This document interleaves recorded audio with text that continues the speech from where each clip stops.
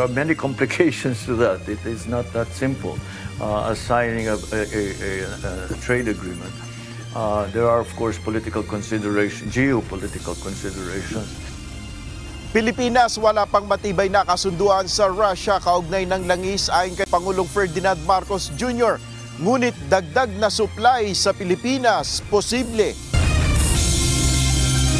Wala pa akong nakukuhang information na ganun, so it's very difficult again, it's very difficult to preempt. No? Let's wait kung totoo nga yung information na yun. Senate President Sherwin Gatchalian tumanggi munang magbigay ng komento sa umano'y warrant of arrest laban kay Senator Bongo. Dumating dito yung mga coaches sila Tab Baldwin, Dean Castaños, M. Fernandez, and other officials. Tuloy-tuloy pa rin ang fact-finding namin. Pahayag ni dating Ateneo Blue Eagles men's basketball team head coach Tab Baldwin, hindi tugma sa salaysay ng mga player, ayon kay Secretary John Vic Remulla. So that's why we are in this mess. Naiwanan na tayo. Vietnam has overtaken us. Laos and Cambodia will soon overtake us. So last na tayo. Siguro even Timor-Leste will overtake us. Political dynasty sanhi umano ng malawakang korupsyon sa bansa ayon kay dating Supreme Court Justice Antonio Carpio. House version ng panukalang batas mariing tinututulan. I'll be very candid. I'll be very frank with you. Of course, I want Ben-Hur to play a more active role in government. Dating Interior Secretary Ben-Hur Abalus Jr. kinokonsidera ni Pangulong Ferdinand Marcos Jr. na ibalik sa gobyerno nang walang aalising miyembro ng gabinete.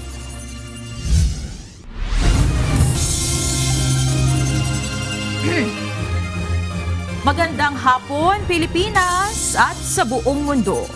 Tayo po ay sabayang napapakinggan sa Radyo La Verdad 1350, ang UNTV Radio at una sa ating mga balita.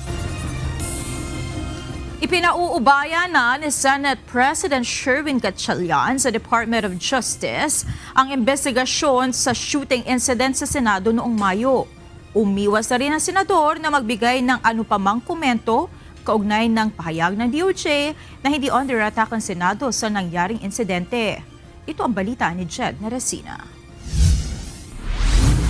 Cooperating. Yes, we will be cooperating. Hindi nagugugulan pa ng oras ng Senado ang pagsasagawa ng sariling investigasyon sa nangyaring gulo noong May 13. Taliwas ito sa naunang pahayag ni dating Senate President Alan Peter Cayetano. Sa halip sinabi ni Senate President Sherwin Gatchalian na ipauubaya na lang nila sa Department of Justice ang pagsisiyasat sa insidente. Mas magiging independent aniya ang proseso kung hindi na sila magiging involved rito. Hindi namin napag-usapan, but based sa mga kausap kong senators, mas maganda iiwan na lang sa DOJ dahil independent. No? So we cannot investigate ourselves. No? So in the next few days, we'll coordinate with the DOJ on that report. No? Umiwas na rin si SP Gatchalian na magkomentaryo sa usaping under attack ang Senado noong May 13. Mas mainam aniya na hintayin ang opisyal at pinal na ulat bago magbigay ng opinyon sa issue. I have to read the final report. No? Ano ba yung context nung kanyang statement na yun? Alam ko very sensitive yung issue na yan, so I would read the final report. I'm not very sure kung yung statement na yan is out of a partial report or out of their discussion, but it's important for me na makita na yung final report. Gayunpaman, binigyang diin ng Senate President na kailangang managot ang mga mapatutunayang may kinalaman sa insidente. Ang pinaka-importante sa akin, dapat independent at impartial investigation. No? That's the most important. That's why sabi ko, kasama dapat sa investigation ang Senado. No? Kasi nga, dito nangyari at involve yung mga personnel ng Senado. But having said that, it has to be impartial. No? At kung merong mga personalities na nagkamali o personalities na merong direct involvement dito sa nangyari, then kailangan may accountability. No? So we will exact accountability as well. Malugod namang tinanggap ng Department of Justice ang pagpapaubaya sa kanila ng Senado sa May 13 shooting incident. Tiniyak ni Justice Secretary Frederick Vida na itutuloy ng kagawaran ang pag-usad nito alinsunod sa kanilang mandato. Sa ngayon ay nagsasagawa na ng investigasyon ng DOJ para pagsamasamahin ang mga impormasyong makukuha upang malaman ang katotohanan sa likod ng insidente. So ito ang isa sa mga bagay na pinag-aaralan namin. Pero I welcome the statement of the Senate President and the DOJ will always fulfill its mandate. Nananatiling nakataas sa heightened security alert ang Senado ngayong araw at upang matiyak na ligtas ang institusyon, weekly o lingguhang makikipagpulong si SP Gatchalian sa Office of the Sergeant at Arms at Philippine National Police para sa regular na security briefing. Ang plano namin ni Sergeant at Arms is every end of the week, actually, we'll have a security briefing with the PNP and other agencies para malaman namin yung status for the next week. No? So we'll take this week by week. Jed Neresina, UNTV News and Rescue. Diyos ang aming sandigan, serbisyo publiko ang aming pinahahalagahan.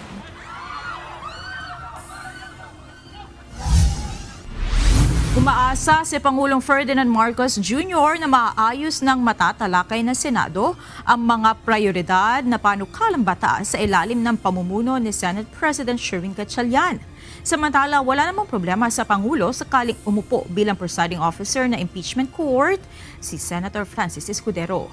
Ito ang balita ni Nel Maribuhok. Sana naman sa paglagay ni Senator Sherwin bilang SP ay mabalik naman tayo sa normal na patakbo ng Senado. Tuloy-tuloy na sanang makapagtrabaho ng maayos ang Senado. Ito ang inaasahan ni Pangulong Ferdinand Marcos Jr. sa pagkakatalaga kay Senator Sherwin Gatchalian bilang Senate President. Ayon sa Pangulo, maraming priority measures ang kailangang matalakay at dapat maaksyonan na ng Senado. Kabilang na ang mga nakabinbing panukalang batas na naipasa na ng Kamara. And that they can take care of the business of government, the business of legislation, and all these necessary legislation that we listed to show that our priority. Kabilang sa nais ni Pangulong Marcos Jr. na matalakay na ng Kongreso ay ang mga panukalang batas na may kaugnayan sa pagtugon ng gobyerno sa krisis sa langis. Pangalawa, nasa gitna tayo ng oil crisis na kailangan ng mga batas na yan, ay sana naman mapag-aralan na nila, madiskusyonan na nila na mabuti, and we can proceed with the normal conduct of governance. Wala namang problema kay Pangulong Marcos sakaling ihalal bilang presiding officer ng Senate Impeachment Court si Senator Francis Chis Escudero. As a matter of fact, the rules that were adopted by the Senate were the rules that Senator Chis wrote during the last year's impeachment, when they were handling the last year's impeachment complaint. So, in terms of his ability to be able to run the trial, I don't think that's in doubt. Ayon sa Pangulo, kahit sino pang ilagay ng Senado na maging presiding officer sa impeachment trial ni Vice President Sara Duterte ay kanyang susuportahan. Nel Maribuhok, UNTV News and Rescue. Diyos ang aming sandigan, serbisyo publiko ang aming pinahalagahan. Nais si Pangulong Ferdinand Marcos Jr. na ibalik muli sa gobyerno si dating Department of the Interior and Local Government Secretary Benhur Abalos. Hindi na binanggit pa ng Pangulo kung anong posisyon ang plano niyang ibigay sa dating DILG Chief. Samantala, pinabulaan na naman ng Pangulo ang lumabas na ulat na magkakaroon ng palitan ng pwesto sa ilang miyembro ng kanyang gabinete. I'll be very candid. I'll be very frank with you. Of course, I want Ben-Hur to play a more active role in government, but to just because we want him to join, to become a more active, to play a more active part in government, doesn't mean it necessarily means that somebody else has to be. It's not a zero-sum thing in the cabinet that you have to remove somebody to gain somebody else. Walang katotohanan ang mga kumakalat na impormasyon tungkol sa umunoy arrest warrant ng International Criminal Court o ICC laban kay Senator Bongo. Ayon kay Justice Secretary Frederick Vida, tumutugon lamang sila kung verified ang mga impormasyon. Paglilinaw ito ng kagawaran laban sa iba't ibang espekulasyong lumalabas hinggil sa issue. Kamakailan mismong si Davao City Representative Paulo Duterte ang nagsabi na mayroon ng arrest warrant ang ICC laban kay Senator Go. The DOJ will only respond based on verified and verifiable information. As of yesterday, as of this morning, wala pong ganong impormasyon. So wala pong sa amin pong pagkakaalam, wala pong katotohanan yung arrest warrant para kay Senator Bongo. Tumanggi namang magkomento si Senate President Sherwin Gatchalian kaugnay ng umano'y International Criminal Court o ICC arrest warrant laban kay Senator Bongo. Kasunod ito ng tanong sa senador kung maaari bang humingi ng protective custody sa Senado si Senator Go sakaling ilabas na ang warrant of arrest. Hit ni SP Gatchalian, wala pa siyang natatanggap na kumpirmasyon ukol dito kaya ayaw muna niyang mag-preempt o manghula. Wala pa akong nakukuhang information na ganun, so it's very difficult again, it's very difficult to preempt. No? Let's wait kung totoo nga yung information na yun. Ayaw akong magsalita in advance kung wala pang information. Mahirap, no? Mahirap. The situations vary. No? So it's very hard to answer and then iba naman yung situation. No? Wala pang konkretong kasunduan ang Pilipinas at Russia ukol sa pag-aangkat ng langis. Sa kabila nito, bukas ang Russia na dagdagan ang isinusupply na langis sa Pilipinas. Ito ang balita ni Nel Maribuhok. In terms of energy, that there have been no firm agreements, but merely an understanding that we will continue to develop what we had already started as a response to the oil crisis that was the effect of the war in the Middle East, which we are hoping will come to an end soon. Wala pang nabubuong pinal na oil importation deal ang Pilipinas at Russia.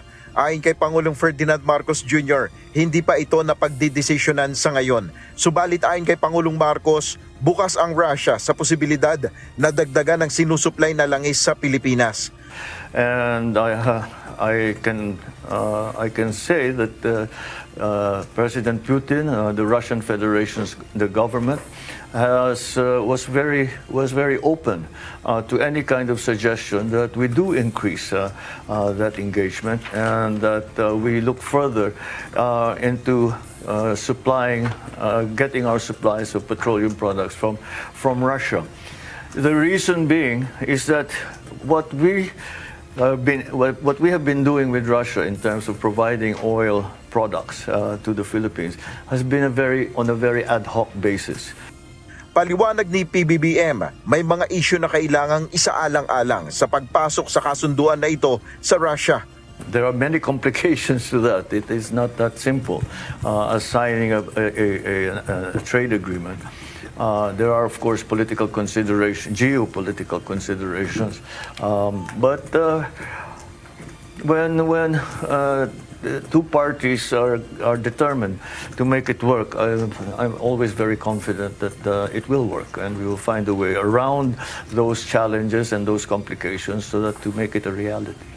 Bagaman hindi idinitalye ng Pangulo kung anong geopolitical considerations ang kanyang tinutukoy, inamin naman niya na mayroon siyang pag-aalala na baka maakusahan ng Pilipinas o ASEAN ng indirect funding sa nangyayaring digmaan sa Ukraine. Certainly, that's a concern, and it's not something, as I said, as I've always said, the Philippines is one of the, if not the greatest, the greatest sponsor, supporter for peace, and not only in our region but everywhere else. And certainly, that is not something that we would like to be accused of and would not like to be part of. We would certainly not want to be part of any system that furthers conflict anywhere in the world. Kaugnay ng supply ng langis, patuloy na maghahanap ang Pilipinas ng alternatibong mapagkukunan ng langis kahit pa matapos na ang gyera sa pagitan ng Estados Unidos at Iran. Nel Maribuhok, UNTV News and Rescue, Diyos ang aming sandigan, serbisyo publiko ang aming pinahalagahan. Nagpakita na sa Philippine National Police Criminal Investigation and Detection Group ang nagbitiw na head coach ng Ateneo Blue Eagles na si Tab Baldwin kasama ang 2 pang miyembro ng coaching staff. Kasunod ito ng ikalawang sapina na ipinadala ng CIDG kaugnay ng patuloy na pagbabaliwala ng mga ito sa imbitasyon ng pulisya. Ito ang balita ni Lea Ilagan. Pating dito yung mga coaches sila Tab Baldwin, Dean Castaños, M. Fernandez, and other officials. Tuloy-tuloy pa rin ang fact-finding namin. They gave their narration of events. There are some inconsistencies between what the players said and what the coaches said, pero hindi pa kami tapos. Hindi nagtutugma ang pahayag ng mga player ng Ateneo Blue Eagles men's basketball team sa mga sinabi ni Coach Tab Baldwin at 2 pa nitong kasama kaugnay sa naging aktibidad nila sa Aurora noong June 8 na nauwi sa trahedya. Hindi na ito idinitalye pa ni Interior and Local Government Secretary John Vic Rimulya. Aniya, dapat matapos na muna ang investigasyon bago siya magbigay ng komentaryo sa issue. In the heat of it all kasi, yung nangyari ang lahat. Ibang accounts ng players, ibang accounts ng coaches. Kasi ibang vantage points. So, iba yung mga players nasa dagat, yung mga coaches nasa pangpang. So, doon lang, kinukuha lang namin yung mga full details. Tapos gagawa kami ng conclusive report.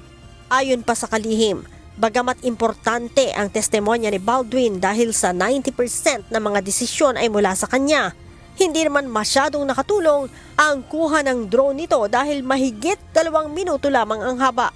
Kaya naghahanap sila ng iba pang nakakuha ng video sa aktibidad. Si Tab Baldwin had one during the emergency itself, pero the resort put on during the rescue.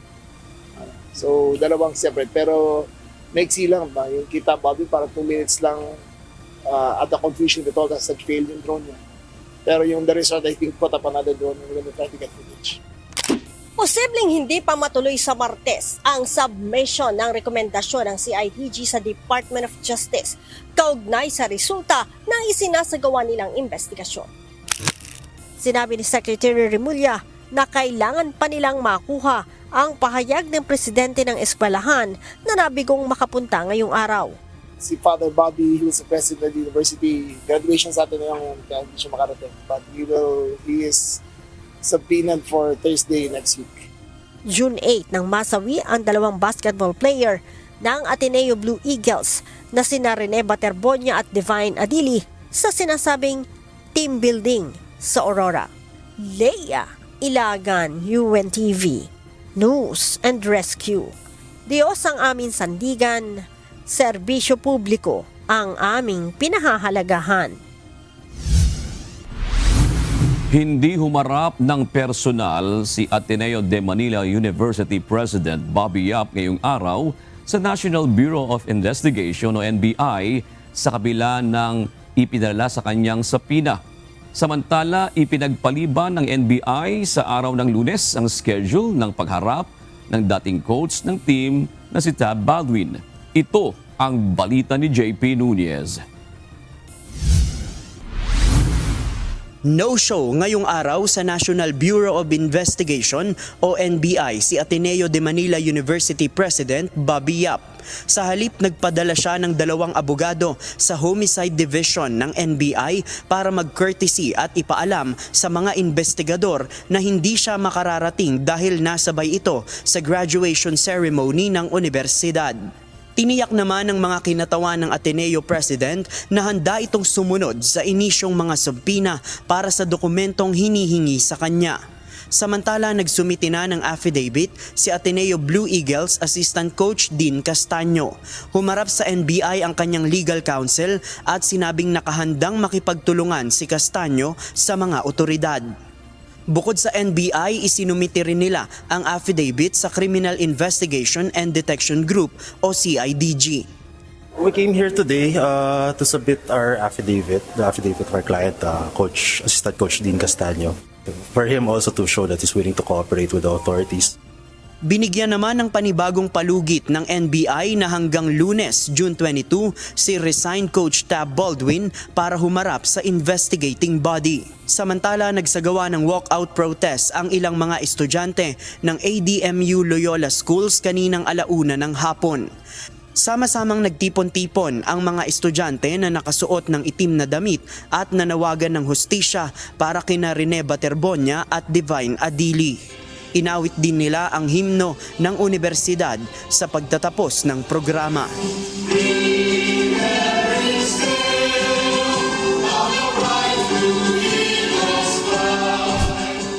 Samantala, pagbabawalan muna ng University Athletic Association of the Philippines o UAAP ang coaching staff ng Ateneo Blue Eagles men's basketball team na kasama sa Aurora team building activity na makilahok sa anumang UAAP-related activities habang isinasagawa pa ang investigasyon kaugnay ng insidente. Itinakda naman ng UAAP ang deadline ng pagsusumite ng ADMU ng official findings sa insidente sa July 15 ngayong taon. JP Nunez, UNTV, News and Rescue. Diyos ang aming sandigan, serbisyo publiko ang aming pinahahalagahan. Hiwala si Lead Public Prosecutor Jervy Luistro sa sinumang magiging presiding officer na impeachment trial kay Vice President Sara Duterte. Ayon naman kay Senate President Sherwin Gatchalian, tatalakayin pa ng Senado ang issue kung sino sa mga senador ang uupo bilang presiding officer. Ito ang balita ni Rosalie Cos. We express our faith and confidence to the impeachment court kung sino man ang tatayo na presiding officer. Hindi usapin para sa House Prosecution Panel kung sino ang magiging presiding officer sa impeachment trial kay Vice President Sara Duterte. Ayon kay House Lead Public Prosecutor at Batangas 2nd District Representative Jervy Luistro, mandato ng konstitusyon ang proseso ng impeachment at tiwala ito sino man ang manguna sa impeachment court. Ayon kay Senate President Sherwin Gatchalian, tatalakayin pa ng Senado kung sino ang magiging presiding officer sa impeachment trial. Pero ayon kay Senator Panfilo Lacson, napipisil ng Senate Majority Bloc si Senator Francis Escudero na maging presiding officer. And I wish to express whether it is Senate President Win Gatchalian or whether it is former Senate President Chis Escudero, we would like to express our faith and confidence to the impeachment court. Inaasahang maihalal ang bagong presiding officer pag nag-convene muli ang Senado bilang isang impeachment court sa July 6. Kinumpirma rin ni Representative Luistro na nagkasundo ang magkabilang partido sa umpisa ng paglilitis kay VP Duterte sa kaparehong petsa. Subalit bago ito, umaasa pa rin ang House Prosecution Panel na haharap si VP Duterte sa impeachment court. Bagaman may diskresyon din ng korte na pahintulutan ang kanyang legal counsel na kumatawan sa kanya. Gayunman, hindi natalakay ang issue sa ginawang pre-trial conference. Before the presentation of evidence, dapat talaga mag-appear muna ang respondent because that is part of the rules. She's supposed to enter her plea and that is either whether she is guilty or not guilty. There must be an entry of plea. But of course, it is clear also under the Senate rules na kung hindi haharap ang Vice Presidente, kung hindi dadating ang kanyang abogado, o kung walang sagot na isusumite, that will be deemed as entry of not guilty. And thereafter, the trial shall proceed, no? Pero tayo po, talagang ang gusto natin ay humarap ang Vice Presidente at mag-undergo po siya, i-subject po niya ang kanyang sarili sa regular proseso po ng korte. Ibig sabihin, kailangan po para sa amin na siya po mismo ang mag-enter ng kanyang plea, para po makita natin din yung kanyang commitment and seriousness sa pagharap nitong mga kasong ito laban sa kanya. Samantala, inihayag ni Representative Adjo na kabilang naman sa natapos na sa pre-trial conference ay ang pagmamarka ng mga ebidensya sa articles of impeachment na panunuhol at matinding pagbabanta. Itutuloy ang pre-trial conference kabilang na ang marking ng evidence sa 2 articles na confidential funds misuse at unexplained wealth sa June 22. Ito rin ang petsa kung kailan nakatakdang isumite ng defense at prosecution teams ang kanilang komento sa isinagawang stipulation process. Rosa Licoz, UNTV News and Rescue. Diyos ang aming sandigan, serbisyo publiko ang aming pinahahalagahan.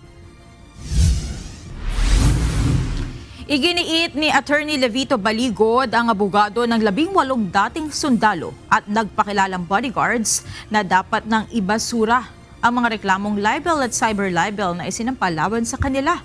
Kaugnay ito ng investigasyon ng Ombudsman sa umunay maleta delivery o pamamahagi ng cash sa ilang mambabatas. Ito ang balita ni Ivan Alvarez. At nung final ko yung complaint namin sa Ombudsman noong February 2026, the Ombudsman already took cognizance of our complaint. Kaya dapat yung mga libel and cyber libel cases na yan ay ma-dismiss. Dapat na umanong ma-dismiss ang kaliwat kanang reklamo ng libel at cyber libel laban kina Attorney Levy Baligod at sa grupo ng mga sundalo na di umanong nag-deliver ng malalaking halaga ng pera sa mga politiko. Ito ang iginiit ni Baligod matapos sabihing magsusumiti sila ng counter affidavit sa Lunes sa La Union bilang tugon sa mga reklamong inihain ni House Deputy Speaker at La Union 1st District Representative Paulo Ortega laban sa kanila matapos umanong mapangalanan na kasama sa mga kongresistang nakatira ng pera ng mga sundalo. So ang buod ng aming counter affidavit, number 1, it should be dismissed for lack of jurisdiction. Ayon kay Baligod, walang jurisdiksyon ng San Fernando La Union Prosecutor's Office sa reklamo dahil dapat ay sa Quezon City ito dinidinig. Bukod sa kawalan ng jurisdiksyon, idinagdag nito na sa katunayan anya ay nagsasagawa na ng hiwalay na fact-finding investigation ng Ombudsman kaugnay ng aligasyon ng maleta deliveries sa mga mambabatas. Dahil yung Ombudsman, ginamit na nga niya yung affidavit ng ilang mga sundalo. At pag ginamit ng Ombudsman yan, ang ibig sabihin may katotohanan. Tapos dito sa libel cases, sasabihin mo hindi totoo. Sa kasalukuyan, mahaba na ang listahan ng mga mambabatas at iba pang mga personalidad na naghain ng mga reklamo laban sa kanila. Ang lahat ng mga ito, iginigiit na kasinungalingan ang pagkakadawit sa mga umano'y nakatira ng maleta o di kaya mga paper bag na naglalaman ng malalaking halaga ng pera. Hindi daw totoo yon. It's a self-serving denial, no? Pero merong hindi lang isa, 2, 3 ang nakakita eh. Imagine mo, mahigit sa 10 halimbawa ang nakakita sa'yo, and that is the best evidence, yung testimonial evidence. Samantala, isa-isa nang ipinatatawag ng Office of the Ombudsman ang mga sundalo upang sumalang sa interview sa pagitan ng grupo ng mga investigador ng tanggapan. Evan Alvarez, UNTV News and Rescue. Diyos ang aming sandigan, serbisyo publiko ang aming pinahahalagahan. Narito naman ang mga balita sa iba't ibang panig ng mundo na ihahatid ng ating global correspondent na si Mariela Toza na nasa Perth, Australia.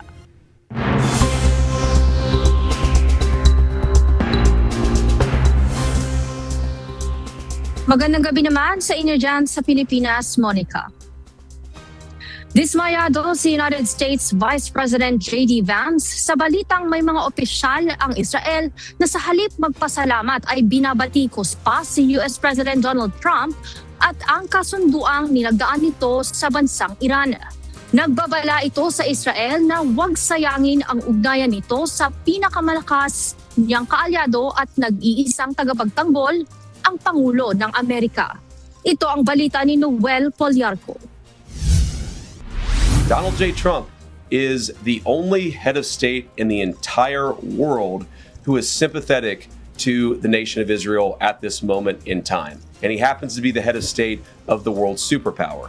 Binatikos ni United States Vice President J.D. Vance ang ilang opisyal ng Israel na umano'y kinukutya ang US-Iran peace deal at mismong si US President Donald Trump.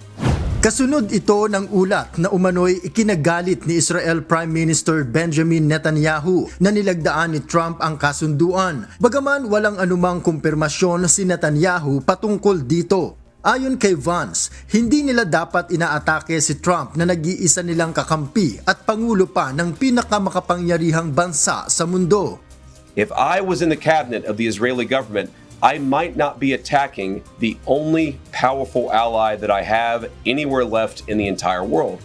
Binigyang diin ni Vance na hindi biro ang ginastos ng Amerika para lang maisalba ang Israel sa pag-atake ng Iran. Nais nitong ipunto na sa halip magreklamo, dapat ay magpasalamat pa sila kay Trump sa proteksyong ibinigay ng Amerika para sa kanila. Over the last 3 months, 2/3 of the defensive weapons that have protected your homeland have been built by American hands and paid for by American tax dollars.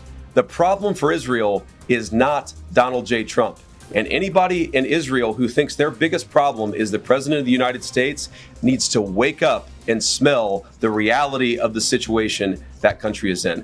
Ang pahayag ni Vance ay kasunod ng paglagda ni Trump at Iran President Masoud Pezeshkian sa Remote Memorandum of Agreement. Sa ngayon, nagsimula na ang 60 araw ng malalimang negosasyon para naman sa mga detalye ng 14-point framework ng kasunduan.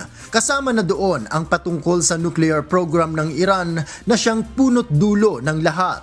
Ilang oras matapos ang pirmahan, walang tugon mula kay Netanyahu maliban sa isang video sa kanyang social media post na nagbibigay diing hindi niya papayagang magkaroon ng nuclear weapon ang Iran. לאיראן לא יהיה נשק גרעיני. וכל עוד אני ראש ממשלת ישראל, זה לא יהיה.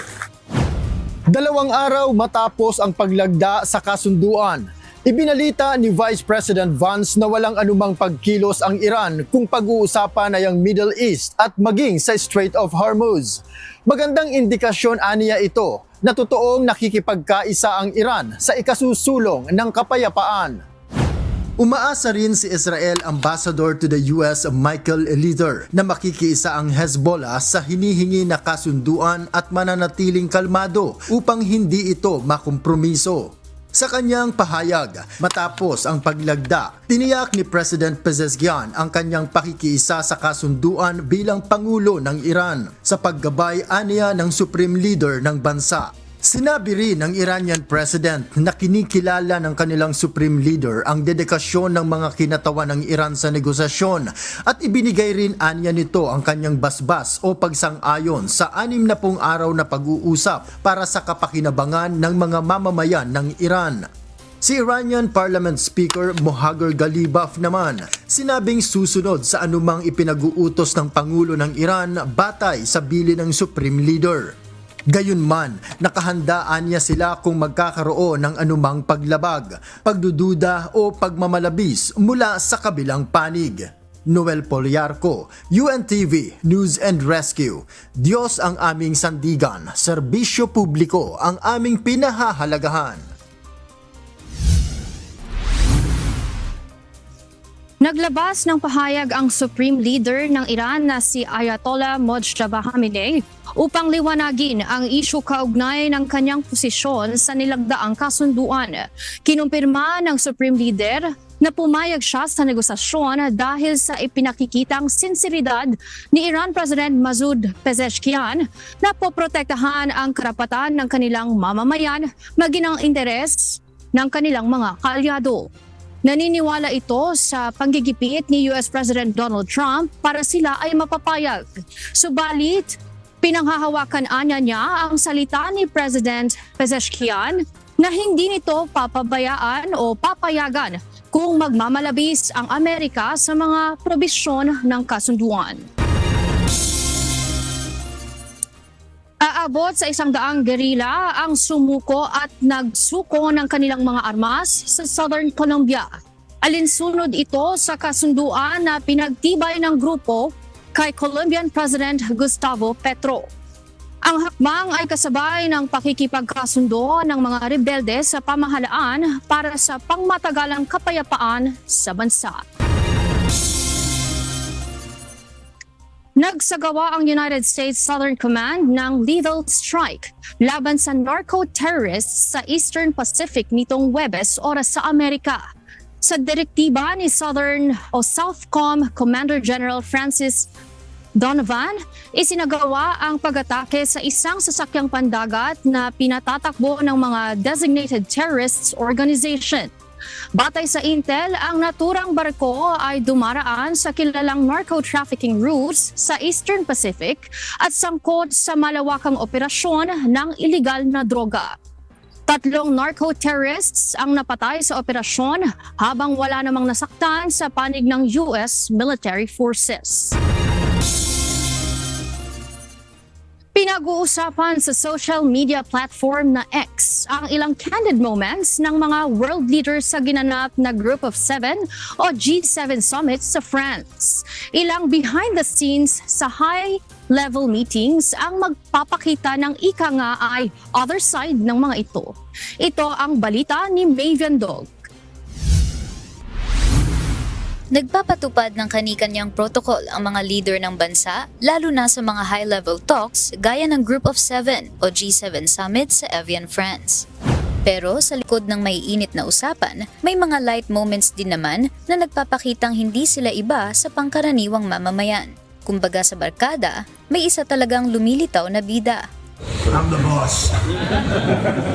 May mahilig makiusyoso sa usapan ng iba. May isang observant o sadyang nonchalant lang talaga. At may isang ayaw magpatalo. Kung souvenir ang pag-uusapan, di rin sila pabonggahan. Si German Chancellor Friedrich Merz, isang customized jersey ang ibinigay kay US President Donald Trump na may number 47. At syempre may selfie. Para naman kay South Korean President Lee Jae-myung, it's the thought that counts ika nga. Kaya kahit simpleng signpen lang ni Trump, naka-at the moment agad. Hindi rin naman sa lahat ng pagkakataon ay mabibigat na issue ang kanilang pinag-uusapan, gaya na lang ng pagiging smoker ni Italian Prime Minister Giorgia Meloni. No. Georgia, when? No. Last night. Minsan, para lang din silang mga bata, gaya ni France President Emmanuel Macron at Prime Minister Takaichi Sanae na hindi pinalagpas ang Kamehame Wave. Hindi naman hadlang ang magkaibang wika para lang magkaintindihan gaya ni President Lee na hindi pinalagpas ang pagkakataong makausap si Brazil President Lula na kahit magkapalitan na ng muka, sige lang sa bulungan. Sa picture taking, magulo din sila gaya ng iba.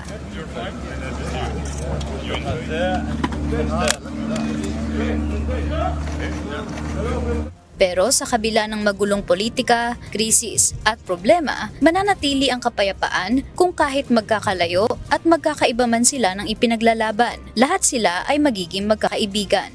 Mavian Dog, UNTV News and Rescue. Diyos ang aming sandigan, serbisyo publiko ang aming pinahahalagahan. At yan ang mga balita mula sa labas ng Pilipinas. Mula rito sa Perth, Australia, ako si Maria Latoza. Magandang gabi.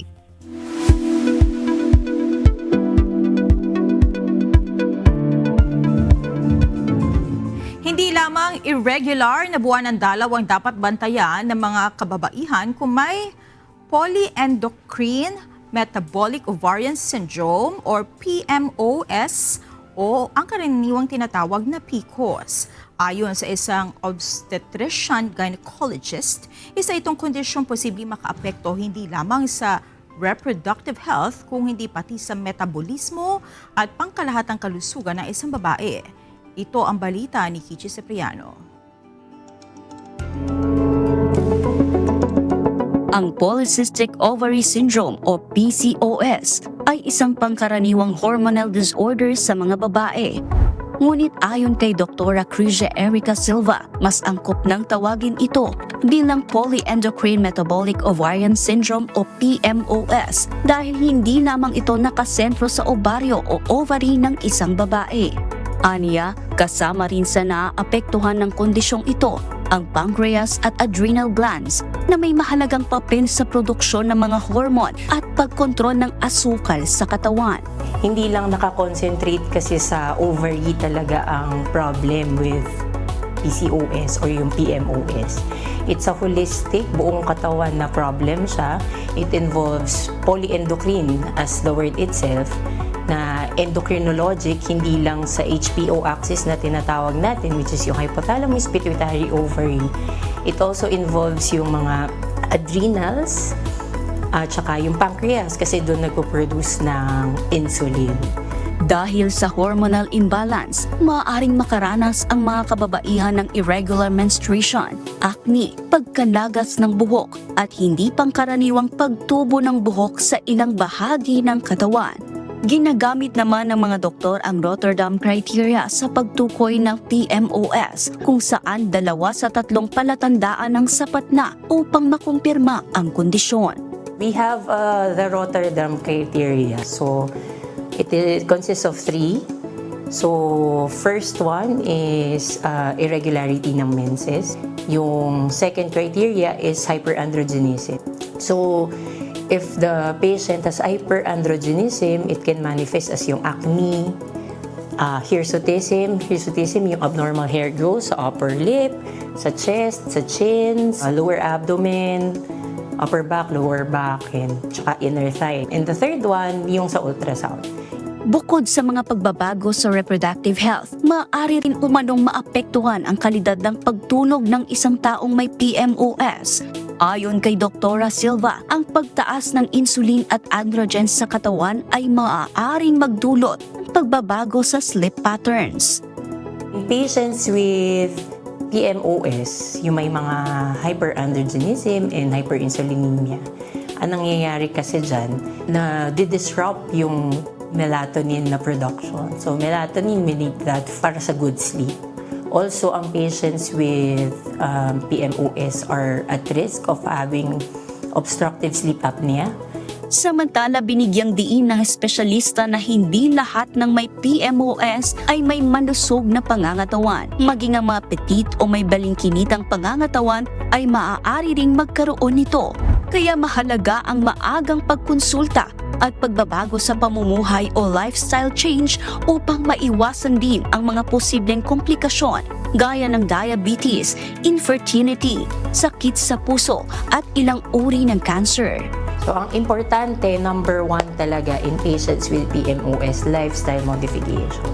Kasi as simple as you lose 5% of your current weight can produce regularity ng menses or regulation ng menses pati yung mga other symptoms like for example if the patient has acne, if the patient has alopecia yan or mga hirsutism, pagka nag-weight loss sila at saka nag-exercise, nag-diet, na-improve yung symptom.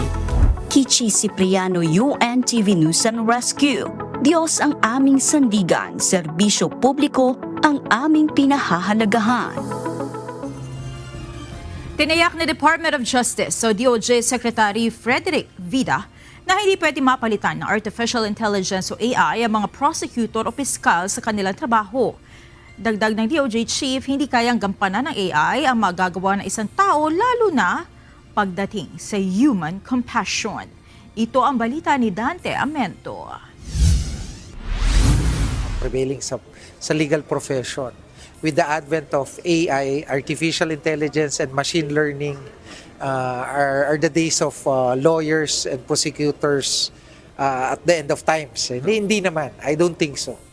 Binigyang diin ni Department of Justice o DOJ Secretary Frederick Vida na hindi kailanman mapapalitan ng artificial intelligence o AI at machine learning ang mga abogado at prosecutor sa bansa. Sa gitna ng mga diskusyon tungkol sa pag-unlad ng teknolohiya, naniniwala ang kalihim na mananatiling mahalaga ang papel ng tao sa legal na propesyon. Ito ay dahil sa pangangailangan ng human compassion o pagmamalasakit sa pagpapatupad ng batas. Ayon sa kalihim, bagamat dapat gamitin ang pagsulong sa teknolohiya para sa kapakinabangan ng kagawaran, hindi ito maaaring maging ganap na substitute o kapalit sa mga tao. At the end of the day, we look at humans, no? At persons who might be indicted and convicted and may be arrested. So we need to balance it, 'di ba? Sabi nga nila, 'di ba? Sa pagpapatupad ng batas, kailangan na doon lagi yung compassion, 'di ba? Yung human compassion. Ipinaliwanag niya na dahil mga tao ang nasasangkot sa mga kaso, maging sila ay mga biktima o mga akusado, mahalaga ang human factor at human input sa pagsusuri at pagtitimbang ng lahat ng mga ebidensyang nakakalap. Hindi talaga mawawala ang papel ng humans, no? And the AI or machine learning will not take over completely, no? But of course, advances in technology, we should use it also to benefit us, no? But as a substitute, it won't happen. Ito rin ang naging mensahe ni Supreme Court Associate Justice Amy Lazaro Javier sa oath-taking ng mga bagong abogado na nakapasa noong 2025 bar exams na hindi mapapalitan ang papel ng mga tao sa sistemang panghustisya.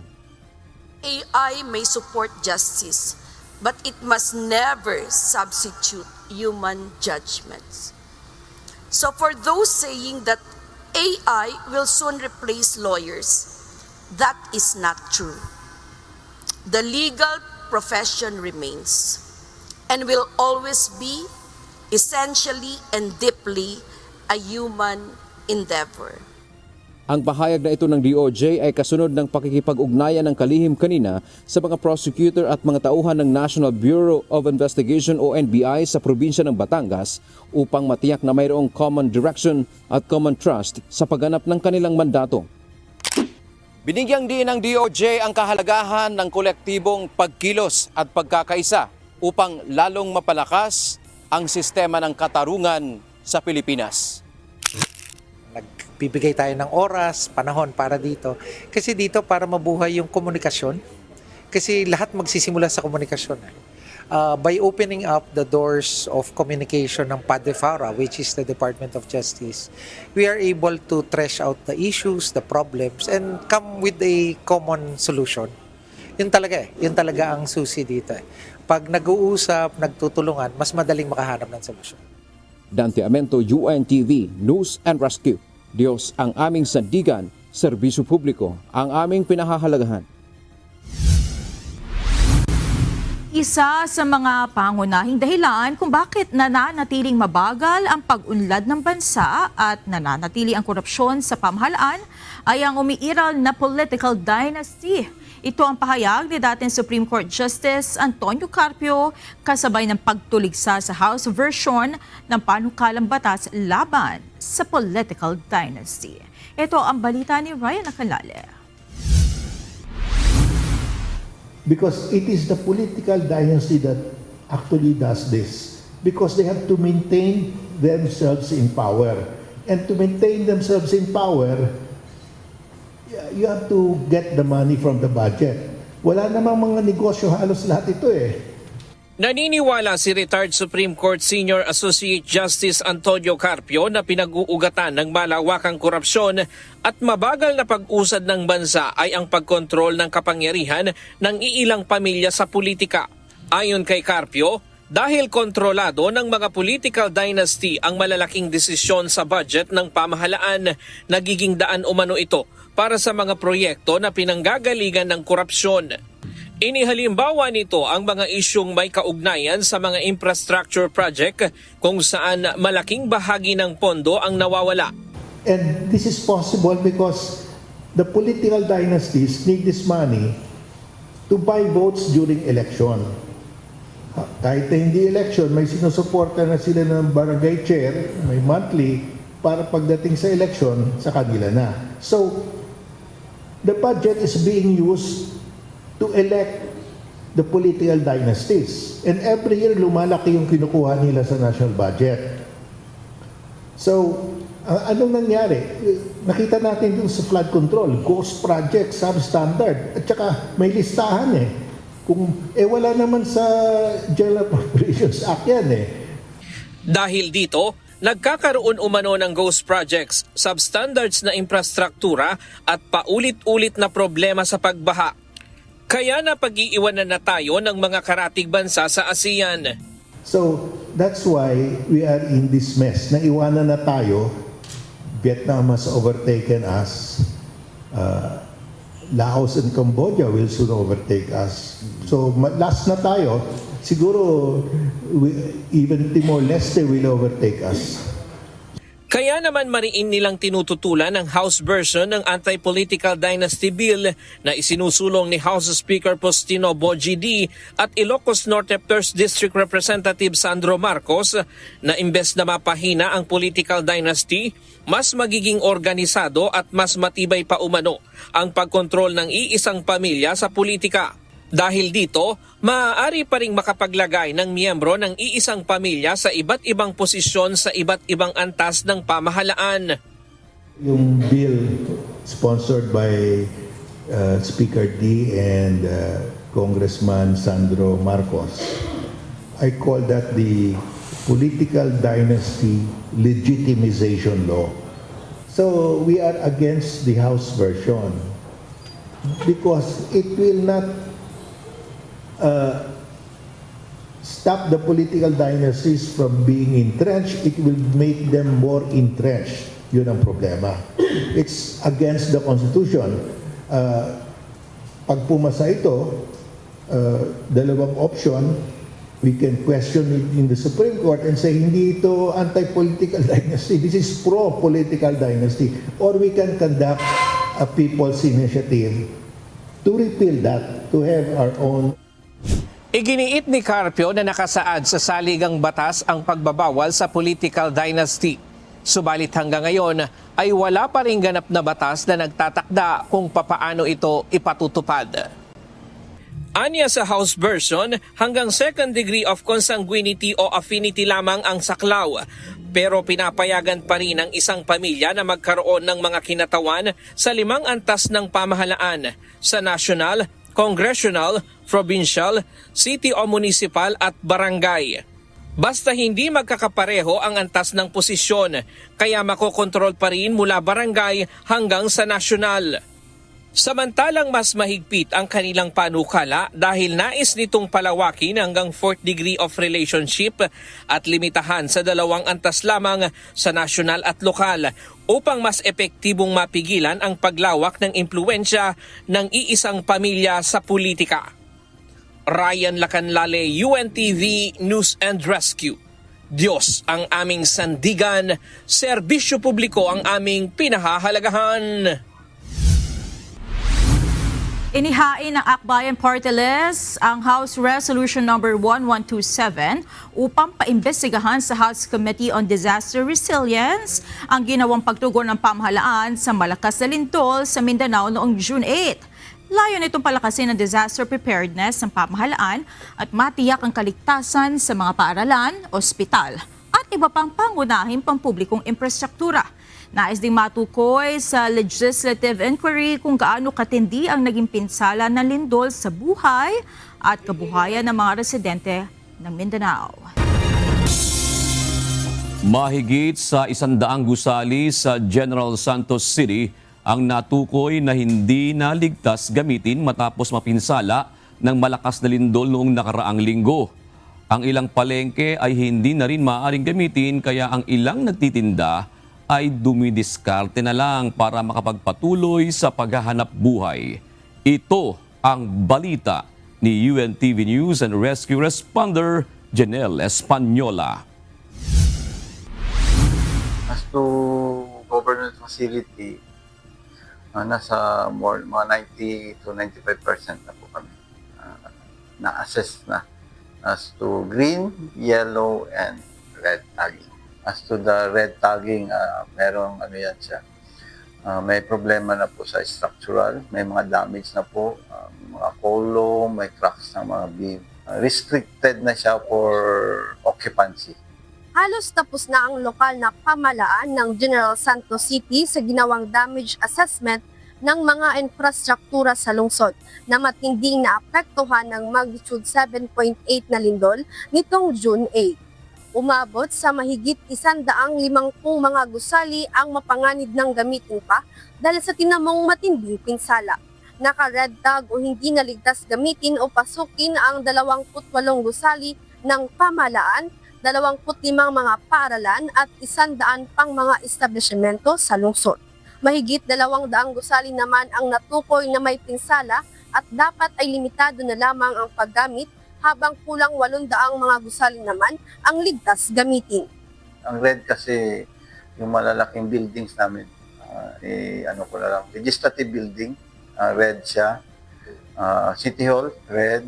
Bulaang Terminal, dalawa kasi ang Bulaang Terminal, bus and van. Yung bus terminal, restricted na siya. And the last is the investment center. Yun lang pinaka major na buildings na, may isa pa, kalimutan ko ang public market. Initially, may nagtitinda na po sa labas. Nakita niyo yung may temporary na mga shelter.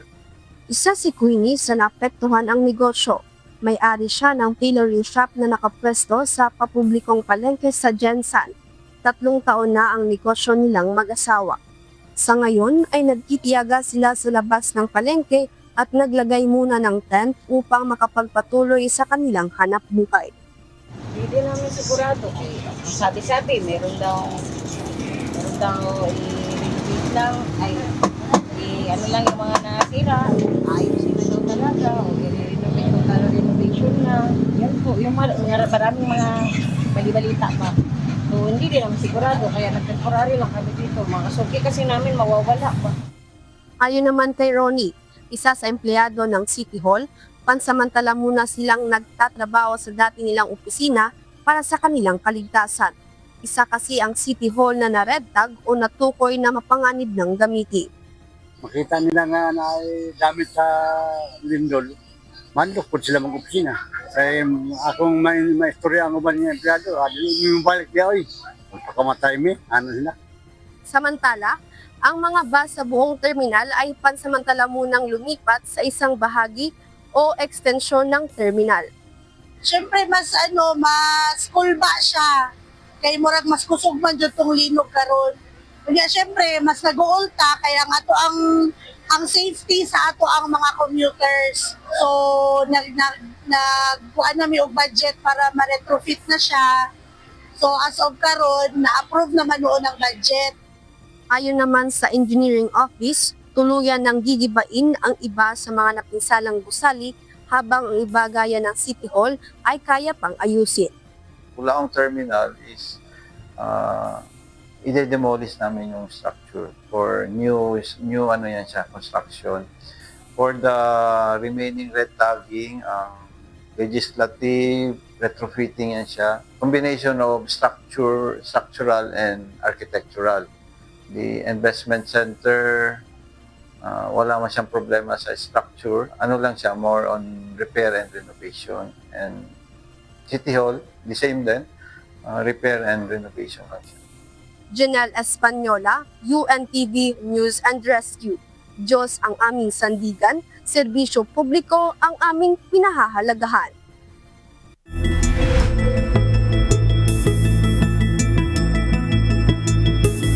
Posibleng pumasok sa Philippine Area of Responsibility bukas o sa araw ng Linggo ang isang bagyo na tatawaging Francisco.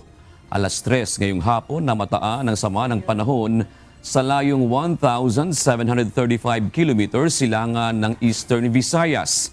Base sa pagtaya ng Pag-asa, posible itong lumakas at maging isang typhoon at may posibilidad na dumikit sa dulong bahagi ng Hilagang Luzon. Ayon sa Pag-asa, posible silang magtaas ng tropical cyclone wind signal sa mga susunod na araw habang papalapit ang bagyo. Hindi nakikita ng ehensya na maglalandfall o direktang makaapekto sa bansa ang bagyo ngunit posible nitong palakasin ang epekto ng habagat. Dahil dito, posibleng makaranas ng pagulan ang kanlurang bahagi ng Visayas at Mimaropa Region. Ipinagpaliban sa June 26 ng Sandigan Bayan ang arraignment o pagbasa ng sakdal kay dating Energy Secretary Alfonso Cusi at sa kanyang mga kapwa-akusado sa kasong graft matapos silang magsumite ng motion for Bill of Particulars. Kaugnay nito, pinunan ng Sandigan Bayan ang paulit-ulit na pagkaantala sa pag-usad ng kaso. Ayon kay Sandigan Bayan 3rd Division Associate Justice Carl Miranda, noong August 2025 pa isinampa ang kaso at halos isang taon na ang nakalilipas na puno ng iba't ibang motion ang mga pagdinig. Nag-ugat ang kaso sa umunoy iligal na pagbebenta ng 45% na share ng Chevron sa Malampaya Gas Project ng negosyanteng si Dennis Uy. Samantala, binigyan ng 5 araw ang prosekusyon upang maisumite ang hinihinging Bill of Particulars ng kampo ng mga akusado. Nagsampa ng reklamo sa Office of the Ombudsman si Office of Transportation Administrator Undersecretary Gilberto Cruz laban sa ilang security screening officers. Buso dito ng umunoy pagnanakaw ng mga naturang tauhan sa isang baniyagang pasahero habang sila ay gumaganap ng trabaho. Muli namang nagpaalala ang OTS sa kanilang mga kawani na dapat laging maging ligtas ang mga pasahero sa mga paliparan. Nananatiling sarado ang Jungletown Seafood Restaurant sa Baguio City. Kasunod ng pag-issue ng formal na closure order ng lokal na pamahalaan laban dito, kaugnay ng nakitang mga paglabag sa sanitation at business regulations. Ito ang balita ni Grace Doctolero. Ako po mismo pumunta po doon sa site nung Sunday para i-check kung ano nga ba yung compliance na ginawa nila nung Saturday. And then to check, to verify kung talagang nag-ooperate yung business. Nakita natin na nag-ooperate at agad nating pinasuspende yung kanilang operasyon. Ipinasara ng Baguio City Government ang Jungletown Seafood Restaurant matapos mapatunayan ang mga paglabag nito sa umiiral na sanitation at business regulations ng lungsod. Sinampahan ng closure order ang establishmento sa ilalim ng Administrative Order No. 0771 Series of 2026 na permado ni Mayor Benjamin Magalong. Lumalim pa ang investigasyon matapos mag-viral ang video ng isang customer na nakakita ng daga sa isang serving ng sinigang noong June 13. Nadiskubre rin ng mga otoridad na nagpatuloy umano ang operasyon ng restaurant kahit may nauna ng direktiba na hinto muna ang pagtanggap ng mga customer habang inaayos ang mga kakulangan nito. Nagbigay na kami ng sanitary order sa kanila.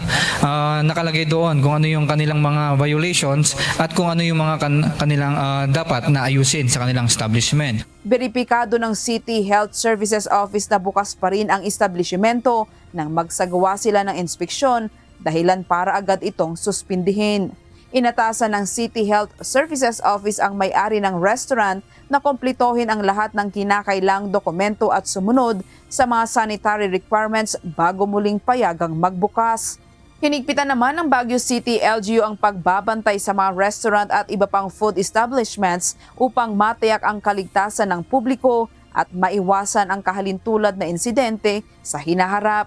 Sa aming pag-iikot sa mga establishment, napansin natin na yung harborage ng pest dito sa ating lungsod ay talagang lumalala din.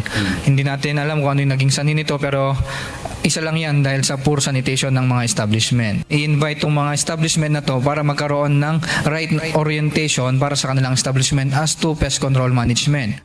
Mananatiling sarado ang Jungletown hanggang makakuha ito ng Certificate of Compliance at mapatunayang ligtas ng muling maglingkod sa publiko. Grace Doctolero, UNTV News and Rescue. Diyos ang aming sandigan, serbisyo publiko ang aming pinahahalagahan. Planong i-relocate ng pamahalaan ang ilang residente na nakatira sa mismong creek sa boundary ng Las Piñas at Parañaque City. Ngunit magkakaibang posisyon ng mga residente kaugnay ng pagpapalipat sa kanila ng lokasyon. Ito ang balita ni Asher Cadapan Jr. Unang-una nga, nandito ang hanap buhay namin. Matagal na kami rito, siyempre. Kung ililipat kami sa isang lugar na halos wala rin naman kaming hanap buhay doon, ano gagawin namin doon? Mahigit 30 taon nang nakatira si Sunny Abin sa tabi ng Tungtong Creek na nasa boundary ng mga lungsod ng Las Piñas at Parañaque. Bagaman sa gilid lang nakatayo ang bahay ng kanyang pamilya, nasa sako pa rin ng kanilang istruktura ang bahagi ng estero. Nagdudulot ito ng pagkitid ng lagusan ng tubig dahilan ng pagbaha sa lugar sa kabila ng mga flood control project ng pamahalaan. At sa tagal niya sa lugar ay nakita niya rin ang patuloy na pagtaas ng baha sa kanilang komunidad tuwing may malakas na ulan. Dati, hindi po pa sa loob ng bahay namin. Nung ginawa tong tulay ito, nung binago, nung tinaasan, pasok na sa loob ng bahay. Kasi bumabaw na ng bumabaw yung creek eh. Bunsod ng patuloy na problema ng pagha, personal na ininspeksyon ni Public Works Secretary Vince Dizon ng lugar. Nakita niya ang mga bahay na nakatayo sa gilid ng Tungtong Creek habang ang iba ay mismong nasa gitna pa. So meron tayong ginawang project dito, tapos na. Pero ang problema, kahit na pinagaling natin yung drainage, ang labasan tubig, ito. Yan obviously, mapupuno kagad itong creek nito dahil nakapalo na yung mga bahay. Upang masolusyonan ang tumataas na tubig baha, plano ng DPWH na ilipat ang nasa 500 bahay ng mga residente sa Tungtong Creek. There is no choice here. Pasensya na po, no? Kailangan ako na mismo magsasabi sa mga kababayan natin na nakatira dito sa Tungtong Creek. Hindi po sila pwede dyan at kailangan din natin sila dito. May ilang residente ng pumayag na mai-relocate gaya ng pamilya ni Jeneline Obligasyon. Aniya, napilitan lang din sila tumira rito dahil sa mahal ng upa sa bahay. Okay lang naman po. Malapit lang po sana. Kasi dito rin po banda natatrabaho yung mga kapatid ko eh. Ngunit para kay Sunny na sementado na rin ang bahay at matagal na sa lugar, umaapila pa na hayaan na lang silang manatili sa matitirang espasyo matapos ang proyekto. Sa akin, kahit di na kami relocate kung ano yung matira. Kasi sabi, 3 meters lang naman ang kukunin eh. Kung may matitira sa... di dyan pa rin kami. Asher Kadapan Jr., UNTV News and Rescue. Diyos ang aming sandigan, serbisyo publiko ang aming pinahahalagahan. Iigtingin ng Department of the Interior and Local Government ang pagpapatupad ng infrastructure audit sa mga gusaling pag-aari ng mga lokal na pamahalaan. Ayon sa ahensya, uunahin sa audit ang mga barangay hall at city hall sa iba't ibang panig ng bansa. Ito ang balita ni Mia Alonzo. Meron na tayong tool na nagawa. Ito ay tawag na Harmonized Infrastructure Tool. Ito ay na-harmonize meaning the DPWH, DOST, itong PAISE, ASEP, ito yung mga engineering professional groups. Nagkaisa sila para magkaroon na ng isang tool. Masusing pagsusuri sa mga gusaling pag-aari ng mga lokal na pamahalaan. Ito ang naispaigtingin ng Department of the Interior and Local Government o DILG bilang bahagi ng patuloy na pagpapalakas ng kahandaan ng mga gusali laban sa malalakas na lindol. Una sa sisiyasatin ang katatagan ng mga barangay at city hall. Ayon sa DILG, gagamitin ang isang harmonized tool bilang standard na pagsusuri ng mga gusali sa buong bansa. Sa pamamagitan nito, maiiwasan ang magkakaibang pamantayan ng bawat ahensya at matiyak ang iisang batayan ng safety assessment. So that's what we are doing right now in terms of checking yung mga critical infrastructures ng local government units. Sa gitna ng patuloy ng pagtaas ng risk ng mas malalakas na lindol sa bansa, muling binigyang diin ng mga eksperto ang kahalagahan ng regular na structural assessment ng mga gusali magmula sa mga tahanan hanggang sa mga pampublikong establishmento.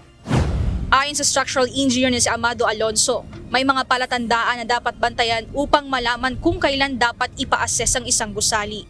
Kabilang na dito ang mga nakikitang bitak sa pader at iba pang bahagi ng istruktura.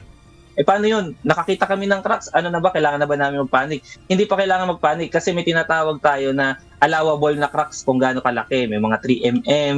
So, pag nasabi natin na ang cracks ay medyo disturbing na at kailangan ng aksyonan, ang laki ng cracks na dapat mo makita dyan ay dapat 5 mm pataas. Pag ang coin mo, kasya na dyan, nakakapasok na dyan. So, yun yung pinakamahalaga na makita mo na, ay, malaki na to, malaki na yung cracks na to. At may pattern din yan. May pattern din ang cracks. Pag ang cracks natin ay mostly pag pa-diagonal siya, medyo meron siyang ibig sabihin. Lalo-lalo na ang makakaalam niyan, yung nagtayo, yung nag-build niyan. Kasi alam niya kung saan ang weak point. Kasama rin sa mga dapat bantayan ang paglitaw ng deformation o pagkakaiba ng hugis ng gusali. Gayon din ang ilan pang naobserbahang pagbabago kapag may nangyaring aksidente. Iminumungkahi rin ni Engineer Amado ang pagkonsidera ng pagkakaroon ng government support programs gaya ng libreng structural assessments at design assistance para sa mga homeowners, lalo na sa mga walang kakayahang kumuha ng professional engineering services. Kasi mahirap magbigay ng message sa mga taong nagdi-DIY dahil wala nga silang kakayanan. So, yun siguro yung nakikita ko para Kaya nga dun sa mga kayang magpa-design, kayang magbayad ng professional for your peace of mind, magpa-design po tayo kasi buhay po ang nakataya sa bahay po natin. Mas maganda siguro yung government natin magkaroon ng program na libreng assessment, libreng design kung kaya. Pwede silang lumapit sa government para magpatulong o gusto po namin mag-comply kaya lang wala po kaming kakayanan, baka meron po kaming malapitan na pwede po kami makatulong sa amin para maipa-design yung ipatatayo po namin bahay. Una pa rin sa pinakamabisang paraan upang makaiwas sa pinsala ng lindol ay ang pagsunod sa building code. Mia Alonso, UNTV News and Rescue. Diyos ang aming sandigan, serbisyo publiko ang aming pinahahalagahan.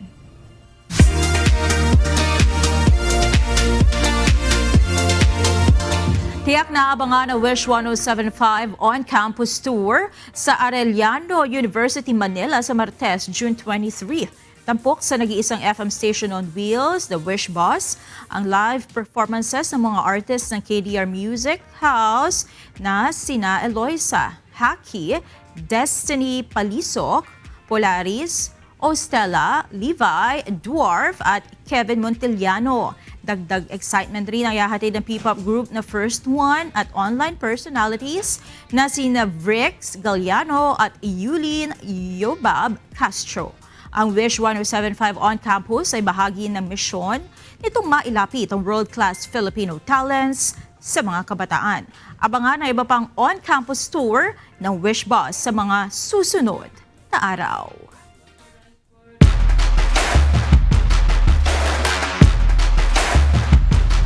Pasok na sa quarterfinals ng Berlin Open sa Germany ang Filipino tennis star na si Alex Yala. Ito ay matapos niyang talunin ang world number 2 at 2-time Grand Slam champion na si Elina Rybakina ng Kazakhstan. Ang pagkapanalo ni Yala ang kauna-unahan sa kasaysayan ng world tennis na isang Pilipino ay napabilang sa seeded players sa Grand Slam. Ibig sabihin, hindi na siya maisasalang sa unang yugto na eliminations na isang pribilehiyo ng mga top seeded players sa torneo. Susunod na haharapin ni Yala ang world number 8 na si Elina Svitolina ng Ukraine sa quarterfinals ng Berlin Open si Biyernes.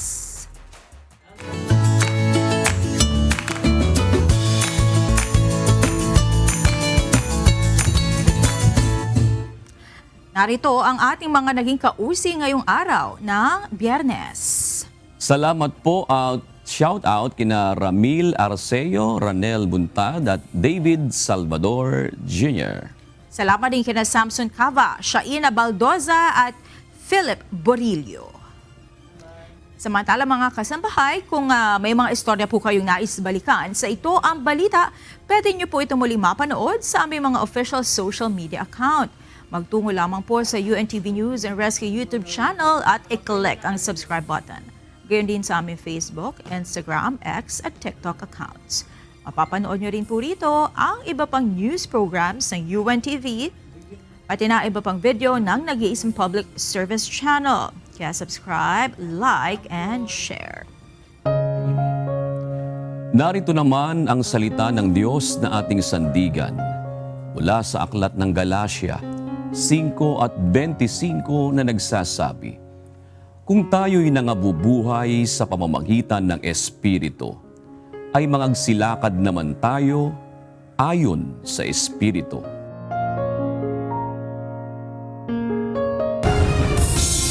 At yan ang naging kabuuan ng ating balitaan ngayong gabi. Aming idalahad ng buong katapatan kung paano namin nasaksihan. Kayo po'y makapagtitiwala ng aming nakita at narinig, ang aming ibinabalita. At dito po sa UNTV, Diyos ang aming sandigan, serbisyo publiko ang aming pinahahalagahan. Magandang gabi po at happy weekend!